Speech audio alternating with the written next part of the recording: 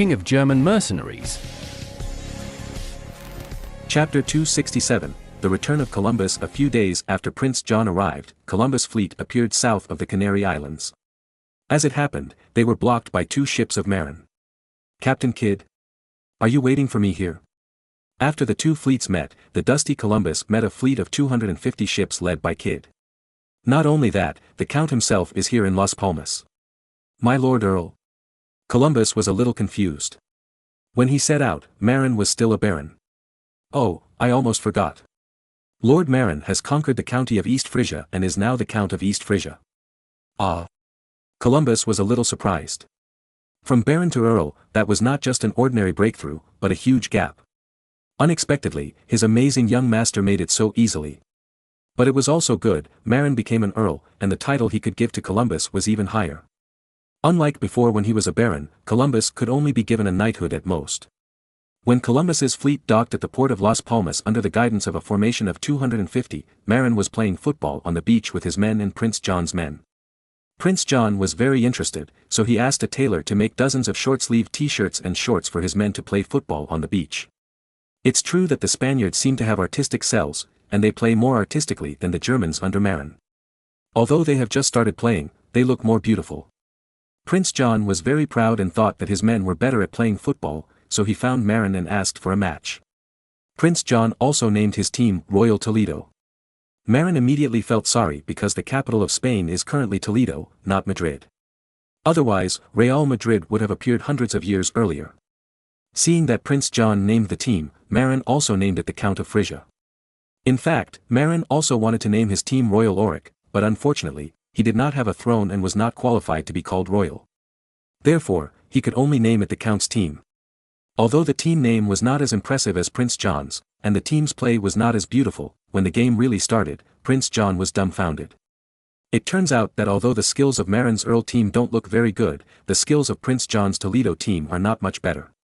However, when the Spanish handle the ball, they try to make it look better, so it seems that the Spanish have good skills, but in fact they are still very average. Marin's team is not as good looking as the Spanish, but they are both simple and practical. And, the most important point is that Marin understands tactics. Prince John's Royal Toledo team launched an attack like a tide, and except for the goalkeeper, most of them ran to the half of Marin's Earl team. This was caused by Marin's deliberate contraction of the defense line. When the Toledo team's call for help reached the Earl's half, Marin immediately signaled the team's fast horses to launch a counterattack. Then, the Royal Toledo team was beaten 4-0. This was because Marin's team's footwork was too bad, and they often missed the ball. If they had a little bit of the ability of future professional players, they would probably be able to score more than 10-0.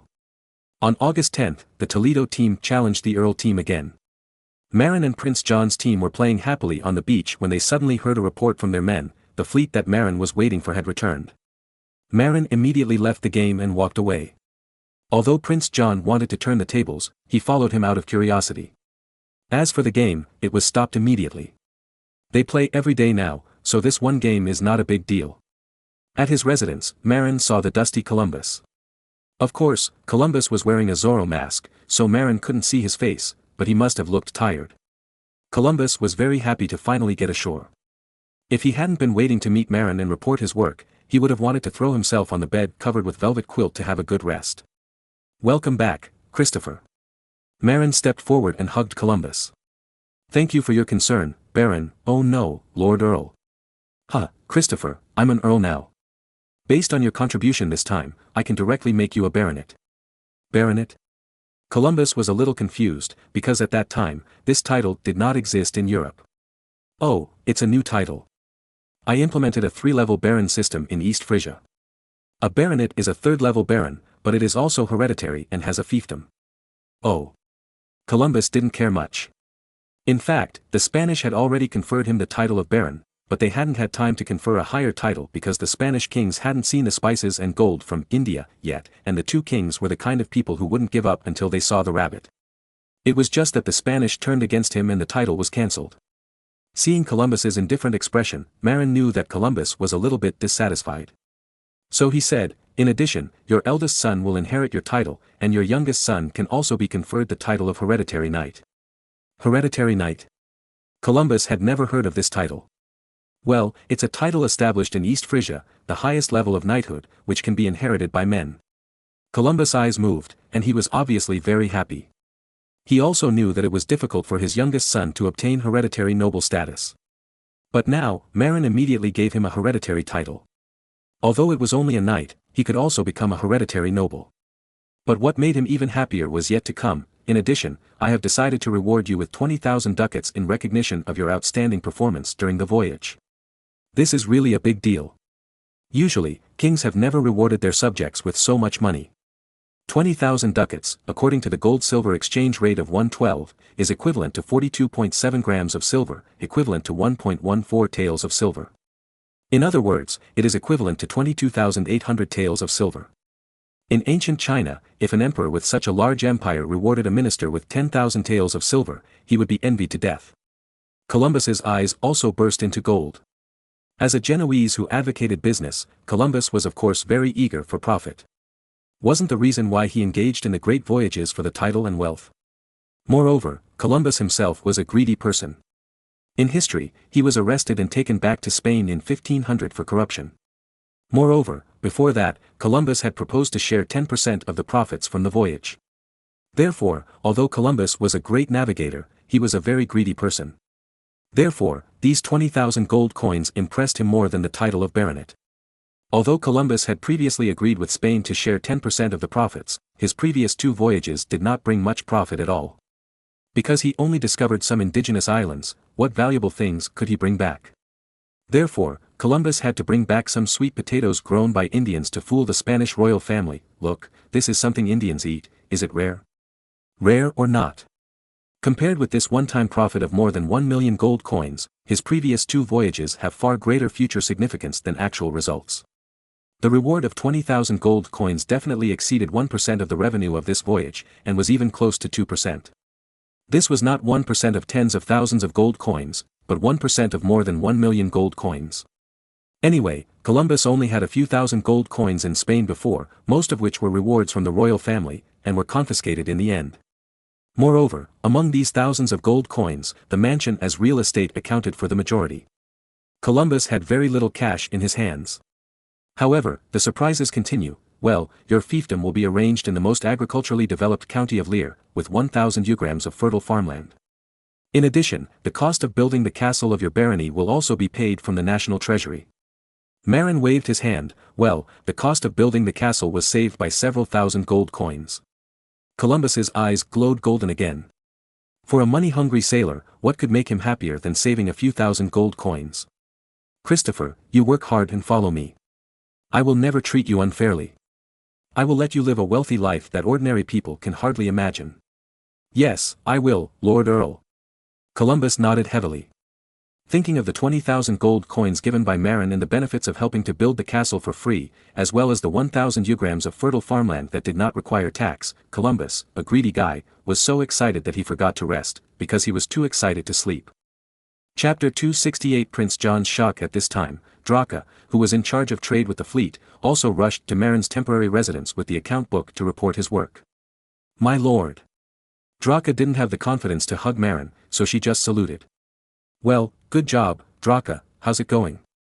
Sir, this time we purchased a total of 400,000 pounds of spices, equivalent to 181 tons. In addition, there are 35 tons of copper, 30 tons of saltpeter, and several large boxes of popular rubies and other rare items. Wait, Draca, did you buy soybeans? Marin interrupted. Marin already knew about spices, but he still valued soybeans. Because soybeans are an excellent feed for war horses and an important oil-producing crop. Yes, I bought 10 sacks of soybeans. By the way, sir, are soybeans the yellow kind? Yes, that's it. Soybeans are also called yellow beans. That's good, that's good. Draca breathed a sigh of relief. He was very afraid of doing something wrong. He was Kohler's apprentice, although he was about the same age as Kohler. It was Kohler who taught him how to count. Of course, he himself could read and had studied in a church school for 2 years. Marin was also short of manpower, so he used all of Kohler's apprentices. There was no way, no one of the low-level nobles was willing to join him. Even if he became an earl now, he had to wait until the Saxons were defeated and his status was stabilized before someone would come to join him. As a commoner, Draka also attached great importance to the opportunity given by Marin this time. Because, these days, it is too difficult for commoners to make a name for themselves. Therefore, he must seize every opportunity. Just one failure is enough to bring him back to his original form. Well, Draka, send someone to bring me a small bag of soybeans. Marin decided to check the goods with his own eyes, in case there was some strange soybean-like species appearing on the Indian side. Soon, Draka asked someone to fetch a handful of soybeans from the ship. Marin took a look at it and felt that it was correct. He took it into his mouth and chewed it. The familiar taste stimulated his taste buds. Draka, you have done a great job. When we return, I will knight you. Marin patted Draka's shoulder with satisfaction. Thank you. Thank you, Lord Baron. Draka was so excited that he was incoherent. Being promoted from a commoner to a noble was no less than a mortal becoming an immortal in a fantasy novel. Ahem, Your Excellency is an earl now. The captain of the guards, Garland, who had been standing by for a while, reminded him. Count. Draka was confused. Garland immediately turned on the instruction mode and told Draka about Marin's great achievements in the past 2 years, which made Draka stunned. After a long pause, Draka didn't know how to evaluate Marin's miraculous deeds, so he just gave a thumbs up. Sir, you are really tall. Columbus, who was sitting next to him, also woke up from the gold coins in his head. He didn't understand the German conversation between Marin and Draka, but he happily spoke to Marin in Latin. My Lord Earl, this voyage is truly amazing. We insisted on drinking the medicine you requested, and only 3 people died during the entire voyage. Why is there another death? Marin frowned. They didn't die of scurvy, but of some kind of fever, maybe malaria or something. You know, it's hot in India. The doctors bled the 3 men many times but it didn't help, and they died of weakness. Marin's head was suddenly filled with black lines. A healthy person would die from excessive blood loss if you let him bleed many times, not to mention a patient. It seems that next time, Morigen and Bartle will have to train a few apprentices. When the next voyage comes, the ship must prepare a few doctors on board. Otherwise, like this time, the quack doctors on board only know how to bleed. As they were talking, Prince John came running over. These days, Marin and Prince John were very close, and they were almost gay. Marin, why are you in such a hurry to leave? My Royal Toledo team is still waiting to equalize the score, how can you suddenly run away? Prince John yelled dissatisfiedly. These days, his Royal Toledo team has never been able to beat Marin's Count of Frisia team. In fact, they didn't even get a draw once, and they lost all the time. But Prince John refused to admit defeat, so he came to challenge every day. What's more, since learning a few tricks from Marin, Prince John paid attention to letting the team's defenders drag back to defend, and the number of goals conceded has indeed decreased a lot. Halfway through today's game, the Royal Toledo team has only lost 1 goal, and there is a lot of hope for an equalizer. Oh, the fleet I'm waiting for is back, of course I have to come back and take a look. Marin said nonchalantly. Your Highness Prince Juan. Columbus was shocked when he saw Prince John. Having spent several years in the Spanish court, Columbus naturally knew the most distinguished heir to the throne in Spain. So, he was very shocked when he saw Prince John. Juan is also the Spanish pronunciation of John. Just like the name Charlie, in Spanish, it is pronounced as Carlos. Why, do you know me? Hey, why are you wearing a mask?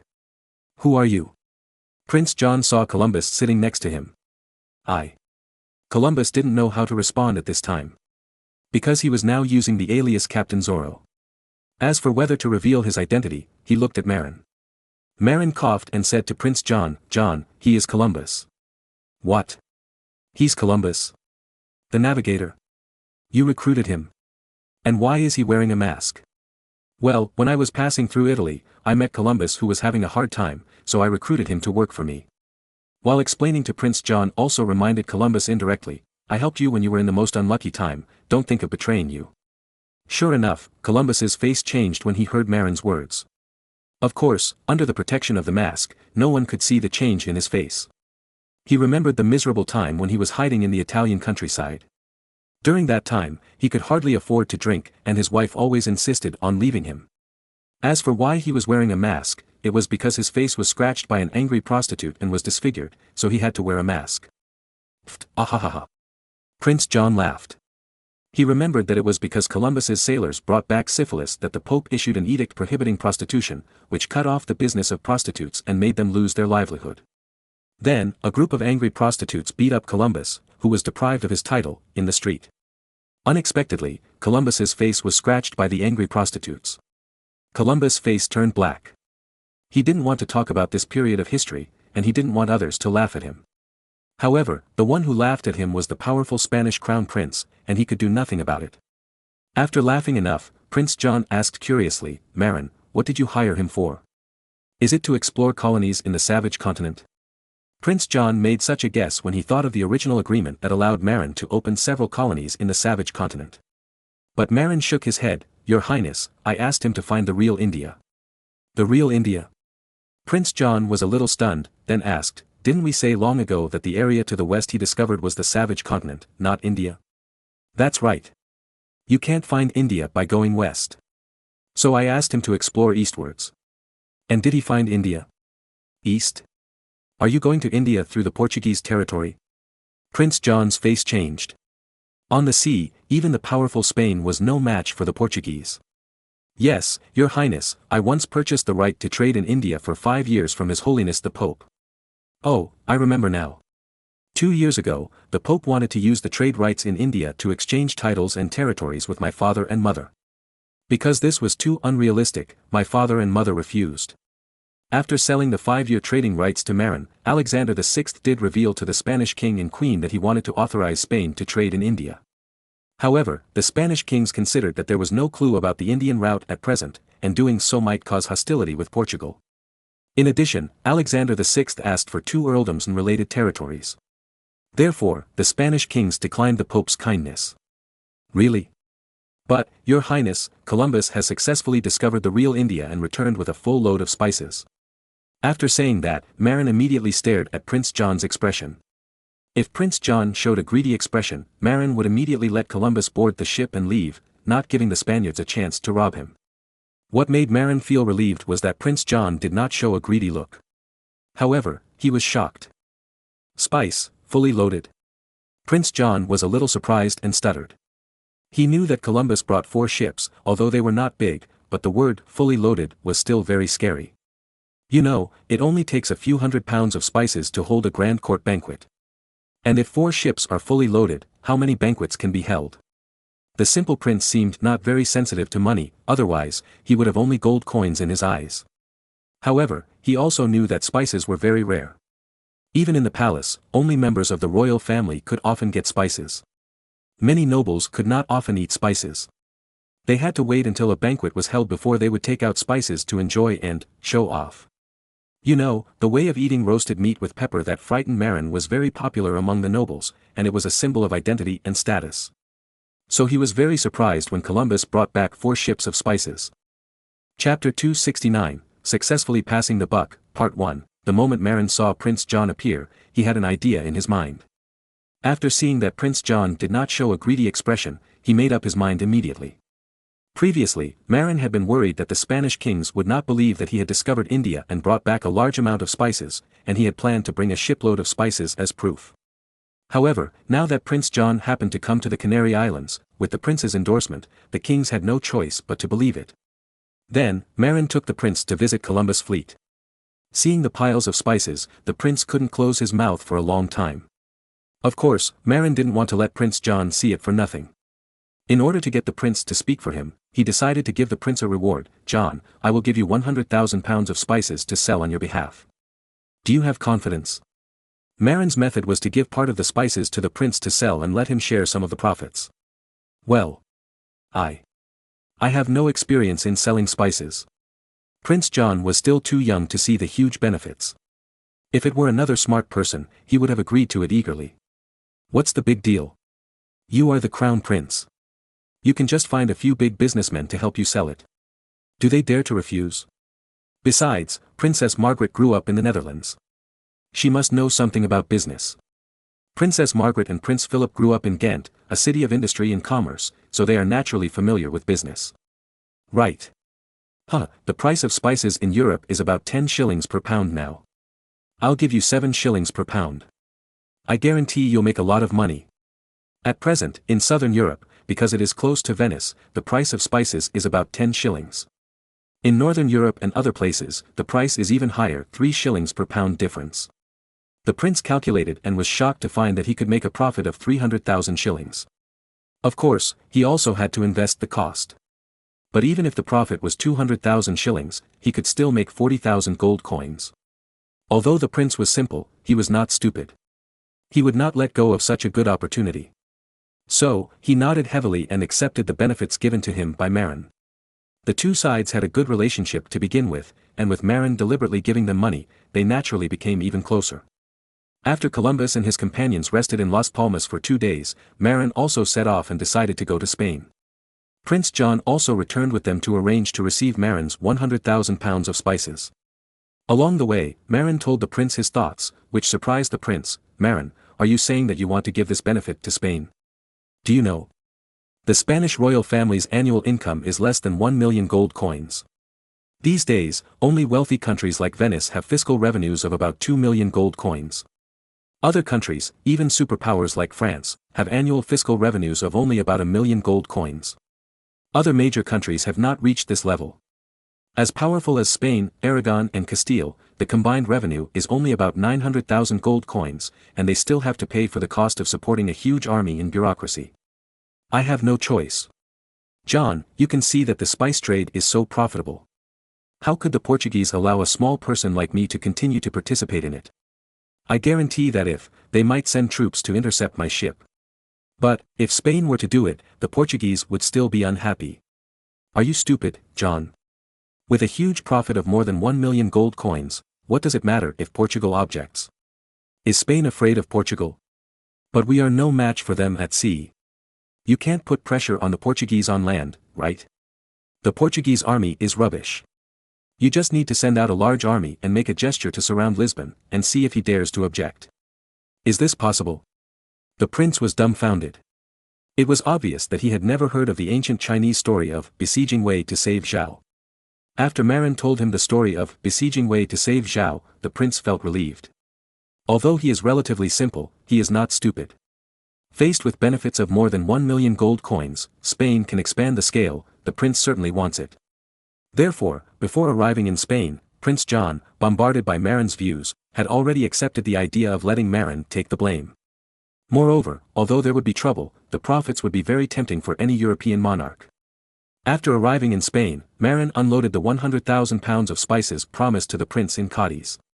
Then Columbus's fleet, led by Draca and several other captains, returned to East Frisia first, while Marin took Columbus and the prince to Toledo, the capital of Spain. "Father, mother, lend me money." As soon as the prince returned to the palace, he went straight to the Spanish kings who were chatting and shouted for money. He wanted the money to pay for the 100,000 pounds of spices that Marin gave him. "Want money? John, didn't I ask you to patrol the Canary Islands? Why do you suddenly want to borrow money? Have you been in trouble?" Ferdinand too scolded with a stern face. No, I want 140,000 ducats for 100,000 pounds of spices." 140,000 ducats. Can it buy 100,000 pounds of spices? John, have you been cheated? 100,000 pounds of spices should be worth 200,000 ducats, right? In Europe, the Venetian ducat is a common gold coin, so the Spaniards also use it. No, Marin sold it to me at a low price so that I could make money with him. Then, Prince John told Marin about waiting for Columbus's fleet with him, and explained that Columbus was the first to discover India and bought back a large amount of spices. The two kings, feeling that the matter was serious, quickly summoned Marin and Columbus. "Your Majesties, are well." Marin and Columbus saluted. "Are you Columbus?" The two Spanish kings looked at Columbus wearing a Zorro mask curiously. Columbus took off his mask, revealing his scratched face, but through the outline, the two kings still recognized Columbus who had played for them. "By the way, Count Marin, you and John said that you would give us the blueprints of the Indian route. Why is that?" "Your Majesty, the profits from the Indian trade are frighteningly high. I am a weak and feeble person and cannot afford such huge profits." "Is there anyone who thinks the money is too much?" Isabella the First asked with interest. "It's not that I think it's too much, but I'm afraid that I will have the money but not the life to spend it." Marin said with a wry smile how to say. "This time, I sent 4 ships to India, bringing more than 20,000 gold coins as capital. But do you know, Your Majesties? This time, I can earn millions of gold coins." Chapter 270, Successfully Passing the Buck, Part 2, 1 million gold coins. The two kings took a breath at the same time. Although Prince John had introduced it just now, he didn't say it in detail. They knew that Marin made a lot of money this time, but they didn't expect it to be so much, more than Spain's annual fiscal revenue. Yes, this is more than the total annual income of the Kingdom of Aragon and Castile. Can a small earl like me afford it? The two kings nodded at the same time, agreeing with Marin's statement. With such huge profits, and Marin being just a small earl in a small country, it would be strange if others didn't envy him. Even the two kings themselves were starting to get jealous. The most important thing is that my fleet also set out with a fleet led by the Portuguese Vasco da Gama. The two kings were shocked. You mean, the Portuguese also discovered the route to India? Yes, Columbus's fleet secretly followed their fleet across the coast of Africa. Then, they found an outstanding Arab navigator as a guide and arrived in India first. You are really cunning. However, if the Portuguese knew about this, they would definitely want to kill you. Ferdinand II said with a smile. However, Count Marin, if we in Spain accept your tribute, we will have a falling out with the Portuguese. Isabella I said worriedly. May I ask your majesty, is it not worthwhile to turn against Portugal for 1 million gold coins? The two kings remained silent. Besides, I only sent out 4 ships and earned 1 million gold coins. What if your majesty sent out 8 ships or even more? The two kings of Spain had difficulty breathing. 8 ships, wouldn't that mean they could earn 2 million gold coins? The only thing the two kings could see was the gold coins tumbling violently. As long as you have a few million gold coins, your majesties can hire tens of thousands or even hundreds of thousands of troops to seize the kingdom of Naples. You can even have enough money to form a new crusade, march to Jerusalem, and become the protector of the Christian world. Marin continued to persuade that he knew that Ferdinand II and Isabella I were both devout Catholics. If they had enough power, the couple would not mind organizing another crusade. Thinking of controlling a holy city like Jerusalem, the two kings had difficulty breathing as if they were having an asthma attack. As long as there are a few million gold coins, your majesties can not only conquer Granada, but also hire hundreds of thousands of troops to sweep across Morocco across the strait and occupy a large area of Morocco. Even further east, conquer the entire North Africa and expand the territory to the same level as the Roman Empire. Marin continued to persuade and persuade, conquer Morocco. The two kings looked at each other. It is indeed very possible. You know, Morocco has only tens of thousands of Arab scimitar cavalry. Spain can only muster 30,000 to 40,000 troops. It can occupy a few pieces of land along the coast of, but it is difficult to go deep into the interior. In the wilderness, the same number of infantry is no match for the cavalry. However, as Marin said, if they earn a few million extra gold coins, they will be able to raise an army of hundreds of thousands or even hundreds of thousands, launch a war of annihilation, and completely conquer Morocco.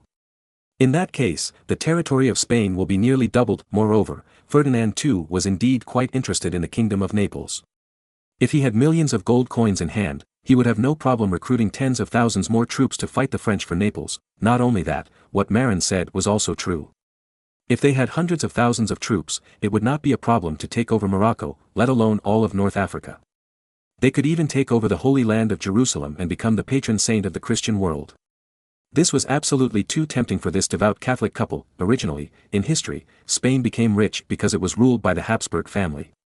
The Habsburg family has always focused on the war-torn Germany, and is keen on fighting with the extremely powerful France, which consumes a lot of strength.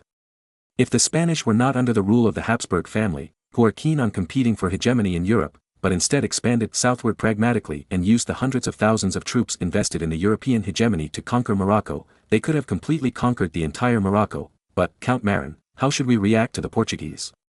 You know, our navy is no match for them. Your Majesty. On the way, I once told Prince John a story about an ancient war in the Eastern Empire. Then, Marin told the two kings of Spain the story of besieging way to save Zhao. What you mean is that we can't defeat Portugal at sea, but we can put pressure on Portugal on land, and even surround Lisbon to threaten them. Ferdinand II reacted quickly. Yes, no matter how crazy the Portuguese are, their roots are still in their homeland, in Lisbon. They can't abandon their homeland and go into exile in the colonies. Therefore, as long as your Majesty is willing to send tens of thousands of troops to threaten the Portuguese mainland, they will have no choice but to surrender. But, in this way, aren't we violating the Treaty of Tordesillas signed with the Portuguese? Isabella I frowned. Your Majesty, as I recall, the Treaty of Tordesillas divided colonies but did not mention trade rights. You mean we go to India just to trade and not colonize? That's right. India is not a Portuguese colony now, So what's wrong with Spain going there for trade? As long as they ask the Pope for a trade license, what can Portugal say? They are not stealing their territory. What if the Portuguese occupied India and did not allow Spain to trade there? Ferdinand II frowned.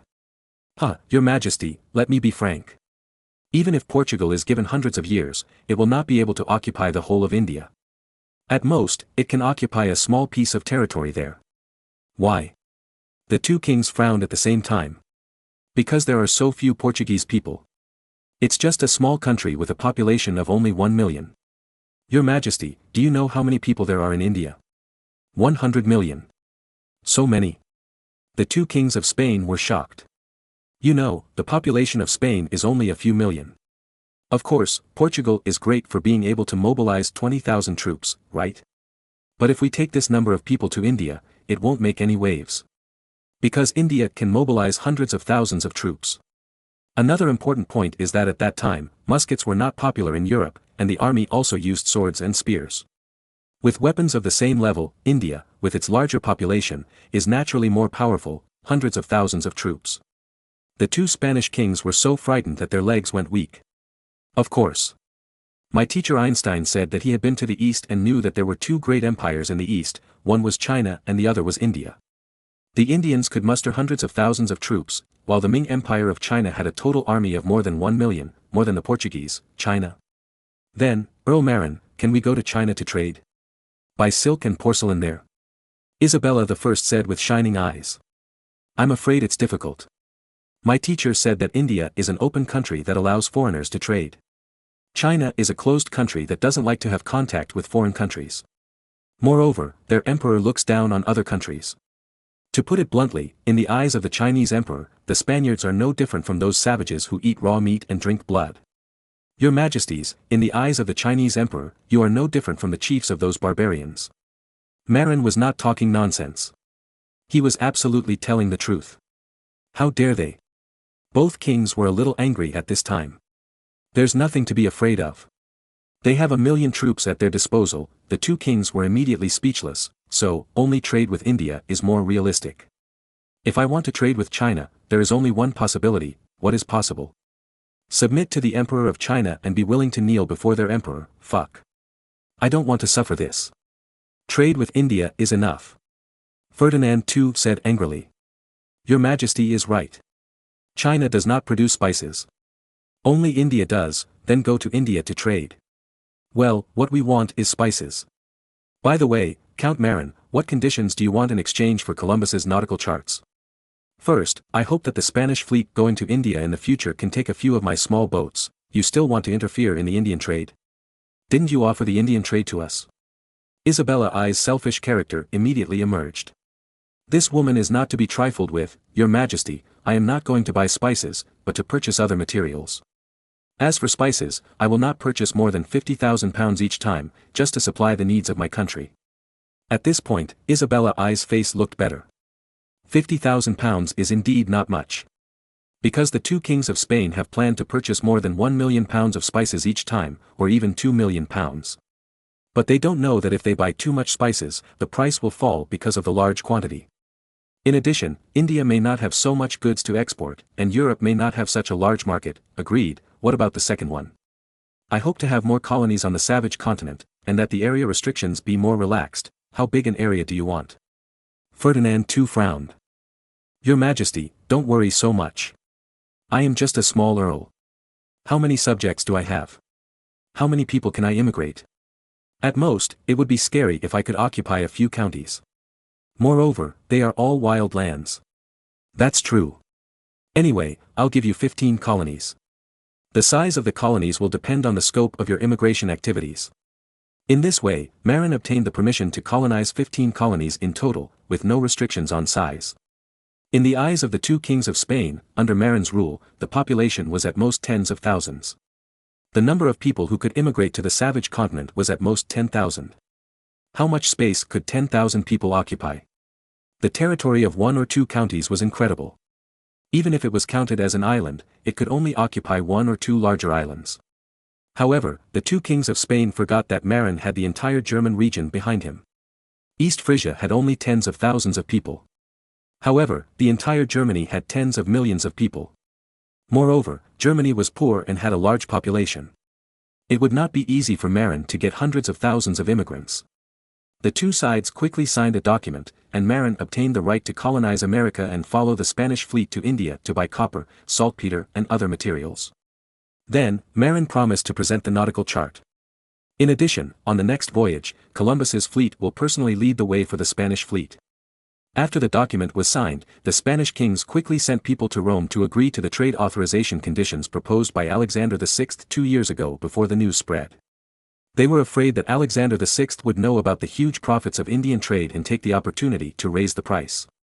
At the same time, the two kings also agreed to officially recognize that Columbus was the first to discover the Indian route. Moreover, the two kings also agreed with Marin to insist that Columbus explored the Indian route under the instruction of Spain, not Marin. In this way, because of its first right of discovery, Spain also had the qualifications and basis to intervene in the Indian trade. As for Marin, he was eager to pass on the blame. So, of course, he was very willing to do it, and even stroked the Bible and swore to keep it secret. In this way, through private transactions with the Spaniards, Marin successfully passed on the blame. At the same time, he also diverted the Spaniards' attention from the Americas to the lucrative Indian route. Then, Marin purchased a large amount of lead and sulfur in Spain with the payment of 140,000 ducats paid by Prince John, and boarded a ship at the port of Cadiz to return to East Frisia.